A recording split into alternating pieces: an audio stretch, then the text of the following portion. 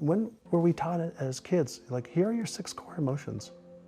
Here's the way you deactivate your stress center or fear center. Here's how you activate your imagination center. Here's how you have more focus. Here's how you develop a new belief. Here's how you develop a new habit. Here's how you release one. We haven't been taught that. We've been told they're important things, but we haven't been given the tools, and then we haven't practiced the tools enough to be able to make them part of our unconscious competence brain. All the how to get healthy and stay healthy, we know. How do I build a business and sustain it? We know. How do I get into a relationship and make it successful? We know. We know most of the how-to for anything that anybody wants to do in this time frame that we live in. So the how-to is the easiest part of the equation. So the harder part of the equation is, why am I not doing the things that I know I should be doing? And why am I not doing the things that I could find out easily how to do? And so part of the work that I love to do now is really help people understand, what is your story? Like, what's the story you're telling yourself? Because we all have a story. We have a money story, a relationship story, a health story. We have a story for everything. And then that story keeps recreating our lives over and over and over again. And we have beliefs that support the story. We have habits that support the story. We have people that support the story. We have systems that support our story. And so my question that I always ask people, who would you be with a different story? We all have a map of reality. We have a map of what we think we look like. And any deviation on the physical level to that map, to that visual representation we have in our brains that doesn't match the map, your brain deletes or distorts it. Maxwell Maltz wrote a great book many, many years ago, probably in the 70s, called Psycho-Cybernetics, right? And Maxwell Maltz was a surgeon who performed surgery on people. And what he noticed is, even after plastic surgery that he performed on people, some people didn't see any change in their faces. And it was visible to everybody else, but not to them. When we take, let's say, visualization, right? And you start to see yourself, even if the picture is not clear in your mind, of achieving the next level of your success, whether it's releasing weight and keeping it off, getting into a relationship that you love and are happy in, whether it's to make 2 or 3 or 5 times more money and live a certain type of lifestyle that allows you to do the things that freedom with having money allows you to do. If you start in your mind first and you impress that through conscious efforts into the subconscious mind, it then causes thoughts and emotions and behaviors. So I like to work from the outside in and from the inside out. You always say release weight. You never say lose weight. Yeah. What do you do when you lose something? Look for it. Yeah, I don't want to look for weight that I've lost. I want to release it. I like to use language patterns as well that are going to empower me versus disempower me. Self-talk is so critical. And so I'm consistently paying attention to, how am I speaking to myself? Am I speaking to myself in a kind, motivating, empathetic, compassionate way? Or am I consistently self-deprecating and putting myself down? I used to think a lot, when I was younger, I'm not good enough, I'm not smart enough, I'm not worthy. Those thoughts, and lots of fear of being embarrassed, fear of failure, fear of being ashamed. And I still have the thoughts every once in a while, especially when I'm setting new goals. Those come up, holy mackerel, they come up so freaking fast. Are you smart enough to achieve that? Are you good enough to achieve that? Even when I got into really diving deep into the brain science and even my new book, I was petrified to release my book. It took me 2 years to write it. It has to do with circuits in the brain and neurochemicals that are released. And so when we feel something, chances are that we're going to release dopamine in the brain, the feel-good neurochemical that activates the reward center of the brain. And chances are, if we feel that and we have this positive emotion around it, and that neurochemistry is flooding our brain and our body with feel-good chemicals, we're actually activating the motivational center of the brain. And so when we visualize, when we set a goal, when we take an action step, when we emotionalize, when we read our goals, the initial flood of neurochemicals, dopamine, serotonin, feel-good chemicals, and then if we share it with a friend, oxytocin, those 3 neurochemicals, those are the neurochemicals of goal achievement.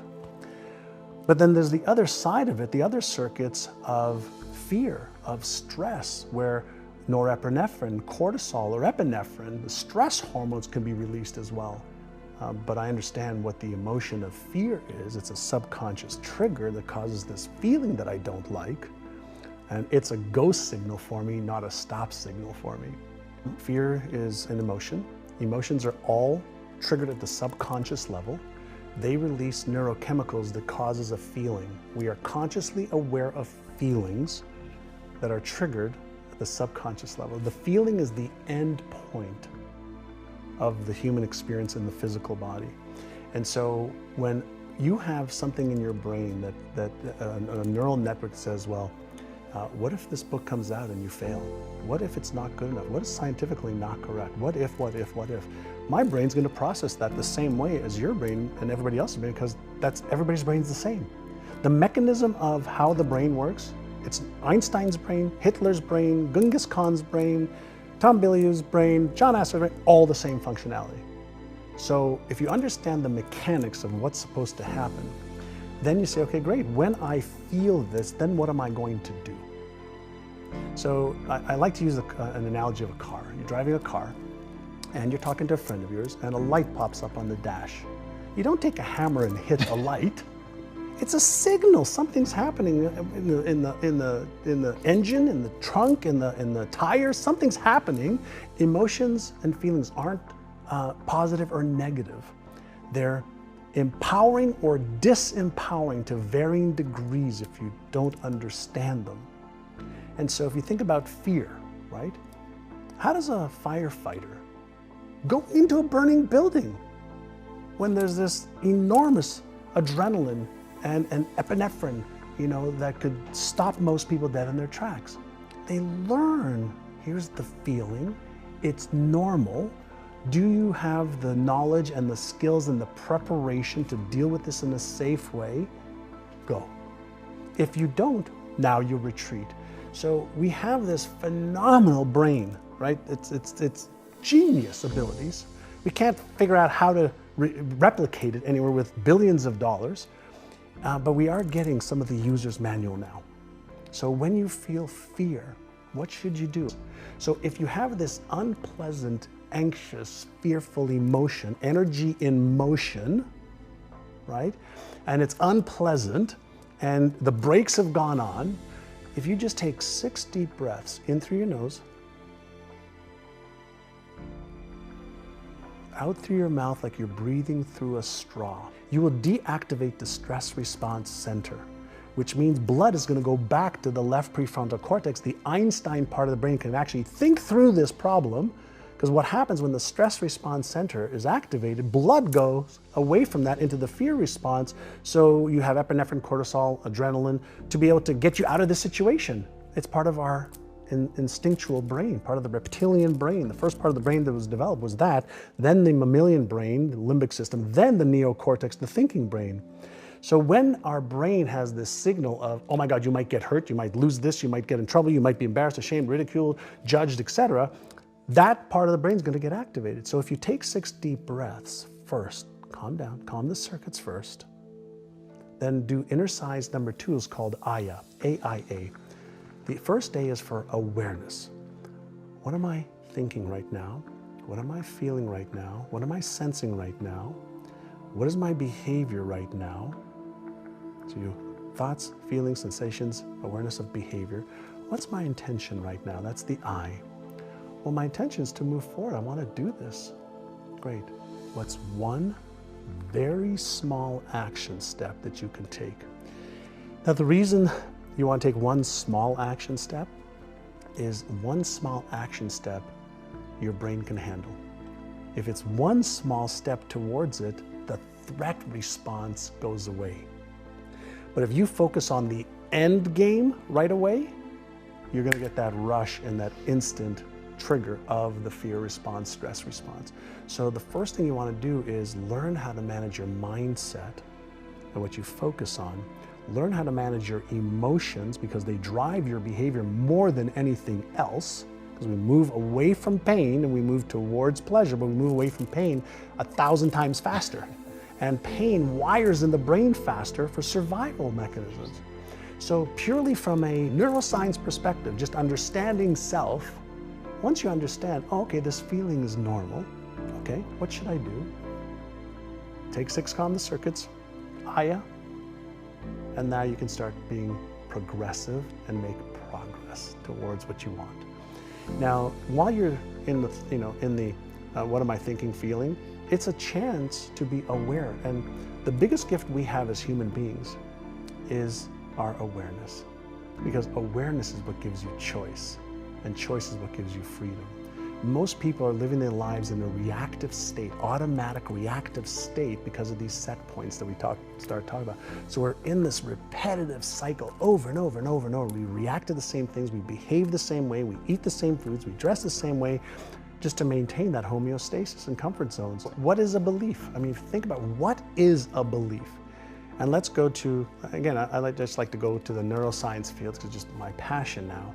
Is a belief is nothing more than a group of cells that have been connected and then reinforced. And we have 2 types of beliefs. We have beliefs that what are... Really fast, I'm going to stop you there because that's so important. Yeah. And so different than I would have expected. I think when people hear belief, it is believe in something that is true, which did not enter into your definition. No, we believe, whatever we believe is truth for us, but it's not the truth. Right? But we have been conditioned. If we go back a little bit to what we talked about earlier about, when you were a baby, when you were born, what belief did you have? 0. Goose egg, 0, not 1. And so you learned what to believe and how to even formulate your beliefs, chances are from parents, teachers, brothers, sisters, television, maybe when you read some books, right? And we behave based on what we believe. So we might be behaving our lives away based on false or inaccurate or disempowering beliefs. So if a belief is a neural pattern in the brain, then we probably have some good ones, empowering ones, useful ones, and chances are we have some that are not useful, not empowering, and not worthy of the geniuses that we all are. So the question is it possible for me to develop new beliefs that I don't believe right now? The answer is yeah. The process is you can read new beliefs to life. And so if you listen to beliefs that are empowering over and over and over again, and you emotionalize them, and you visualize yourself actually acting out those beliefs, and you learn how to pay attention to that little inner critic that says, that's bullshit, that's not true, that'll never come true, that's not true. If you learn and you remember that that little voice is there to consistently keep you in this homeostatic place, and it's there to protect the beliefs that are there now. The latest research shows that to develop a new pattern takes between 66 days and 365 days. So you have to use intrinsic and extrinsic motivation. So you have to start everybody off, well, why is it important for you to be able to develop these new beliefs? Like, what will your life be like if you had them right now?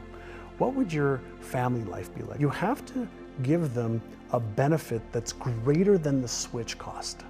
That's interesting. Right? So the switch cost is something that our brain resists. The only human that likes change is a wet baby. Every other human being is resistant to it because safety first and homeostasis and energy conservation. So we are biologically wired not to want to change.